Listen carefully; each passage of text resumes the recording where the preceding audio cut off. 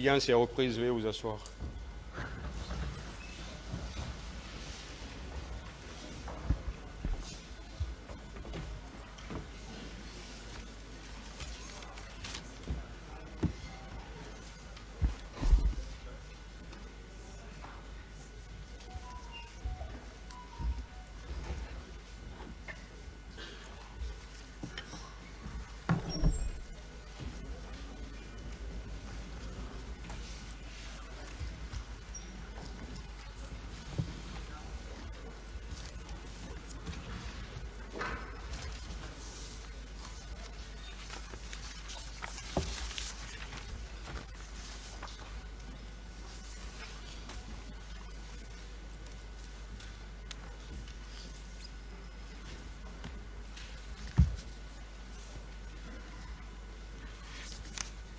Ministère public contre M. Cissé Raphaël Abba et plusieurs autres.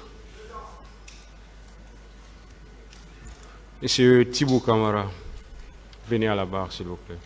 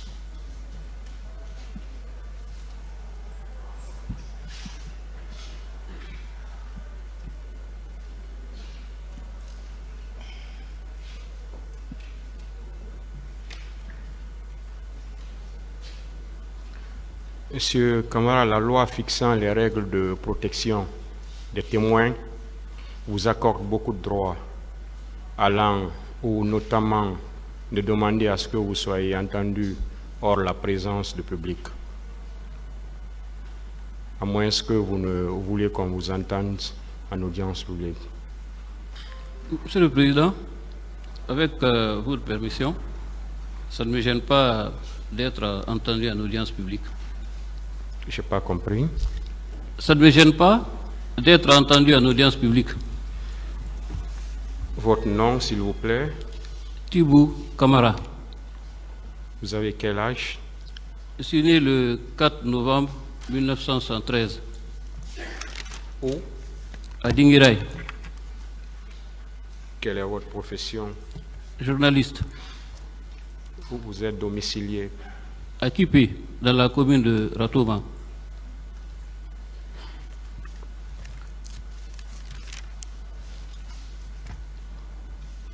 Je ne vais pas vous citer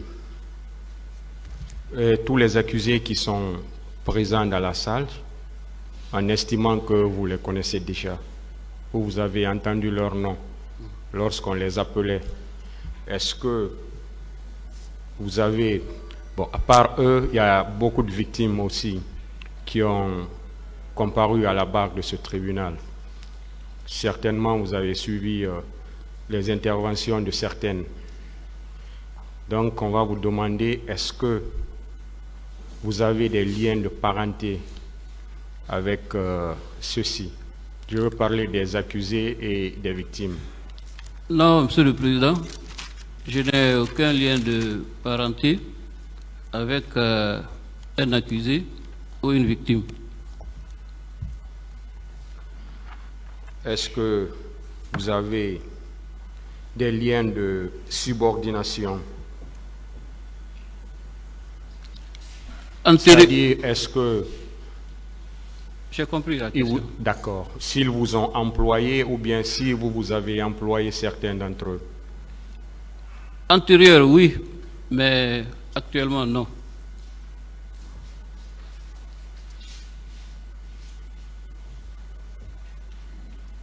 Avec qui, par exemple, quand vous parlez d'antérieur? En tant que ministre, Monsieur le Président, on relève de l'autorité de celui qui vous a commis à la fonction, à savoir le chef de l'État. Présentement, est-ce que ces liens existent maintenant? Non, Monsieur le Président.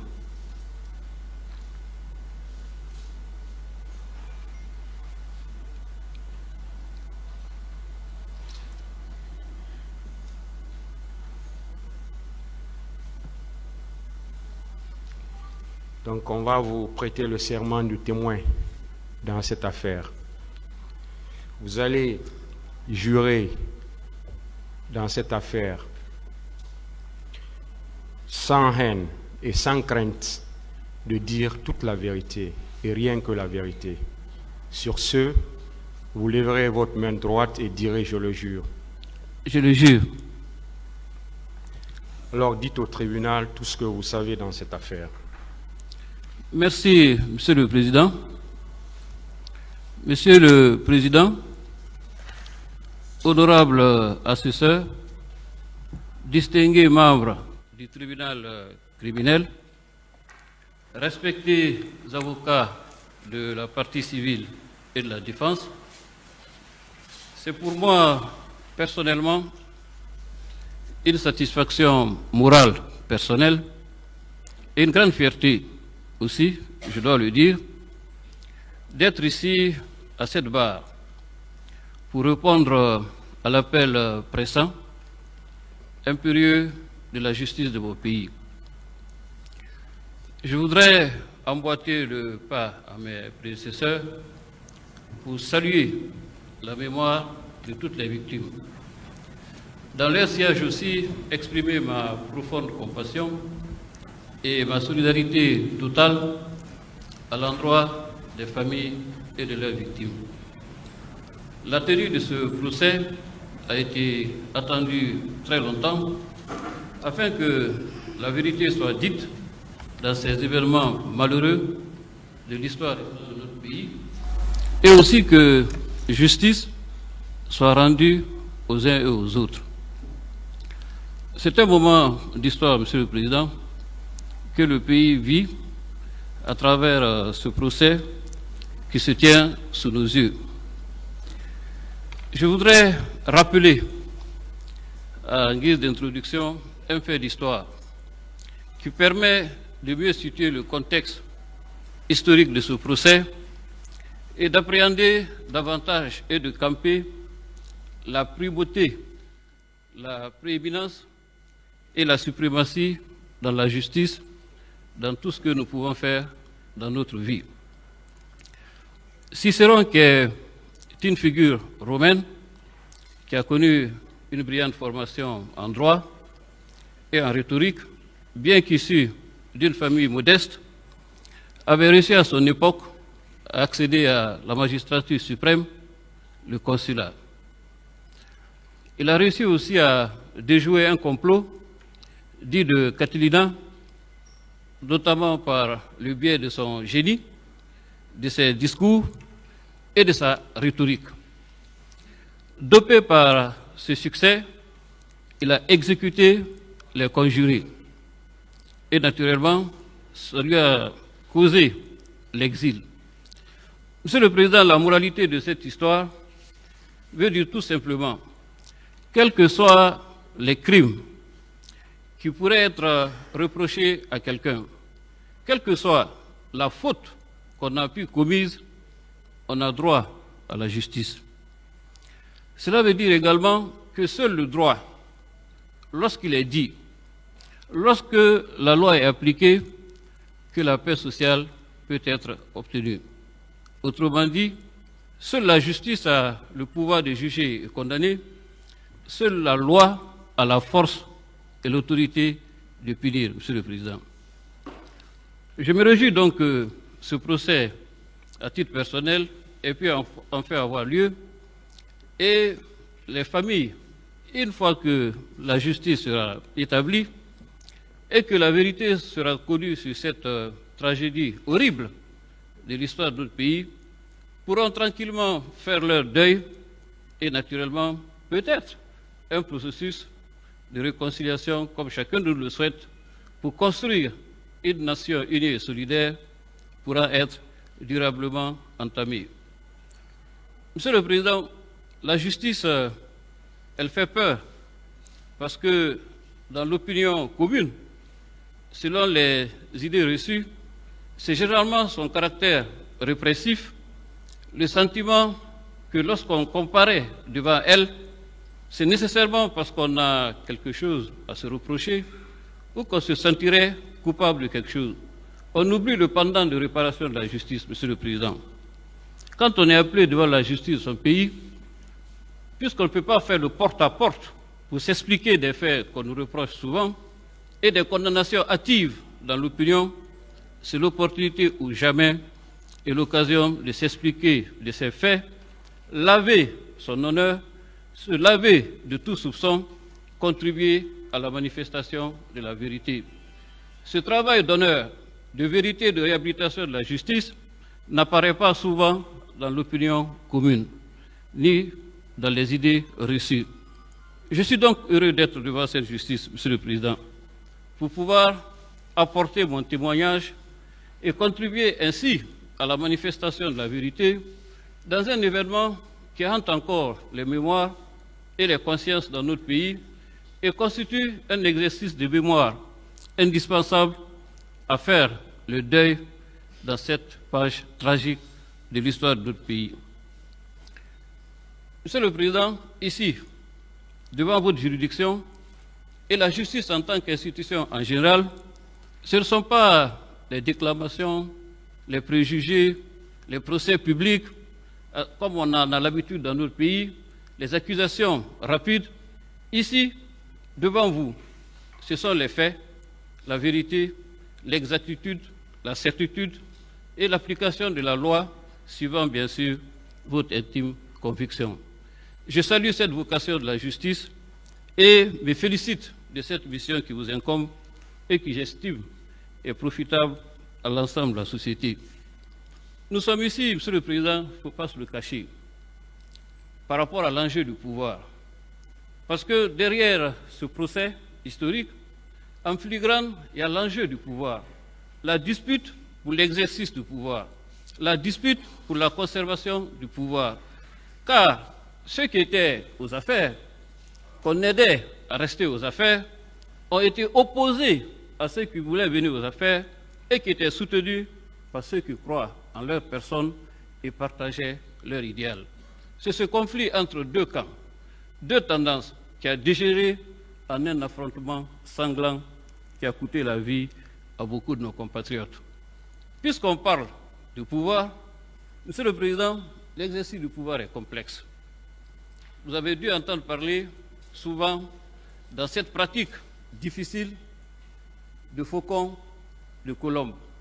Les faucons, Monsieur le Président, pour résumer, c'est ceux qui croient à la fermeté de l'État, ceux qui croient à l'autorité comme moyen de préservation de l'ordre public, ceux qui croient en l'État léviathan, l'État dont la violence doit s'exercer pour protéger la vie en commun, pour assurer aux institutions de la République leur force, leur intégrité et leur puissance. Et puis il y a les petites colombes qui pensent que cela n'est pas incompatible avec la doctrine de paix, la recherche effrénée et sans relâche du compromis et du dialogue. Au milieu de ces deux courants antagonistes, il y a un homme au milieu, au cœur de l'action publique, qu'on appelle le chef de l'État. Il consulte, il écoute, plusieurs sons de cloche, et à la fin, il lui a donné de prendre une décision, de faire un choix. Cette décision, qui est la sienne, qui l'engage personnellement et en tout premier lieu, peut être jugée bonne, pertinente, mauvaise. Le choix qu'il peut faire peut être juste, ou justifié. Mais dans tous les cas, à la fin, il lui faudra décider. Il lui faudra choisir un chemin. S'il le choisit, ça engage sa responsabilité. S'il ne fait rien du tout, il peut être soupçonné de décidophobie, cette difficulté à ne pas pouvoir de prendre des décisions, cette incapacité à trancher pour faire avancer un processus lorsqu'on est au pouvoir. Monsieur le Président, en âme et conscience, j'ai décidé de venir témoigner. Le courage, c'est la recherche de la vérité et de pouvoir la dire. La vérité, rien que la vérité, toute la vérité, dire bêtement la vérité bête, dire ennieusement la vérité ennieuse, dire tristement la vérité triste. Ce n'est pas de moi, Monsieur le Président, c'est de Charles Péguy. Et la vérité ici pour moi, c'est de dire exactement ce que j'ai entendu et vécu personnellement, ce dont j'ai pu être témoin à titre personnel. Ce ne sont pas les ouï-dire, ce ne sont pas les rumeurs, ce n'est pas ce que j'ai entendu ou qu'on m'a fait entendre, ce n'est pas ce qu'on m'a dit.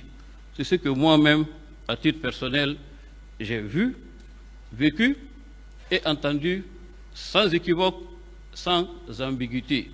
Parce qu'il faut ici cultiver la religion des faits, coller aux événements avec exactitude et certitude. Je m'engage donc à dire la vérité en toute conscience, en toute responsabilité et avec le maximum de scrupules possibles. Mon témoignage se fera en 3 étapes. Le voyage de l'abbé, dont on a beaucoup parlé.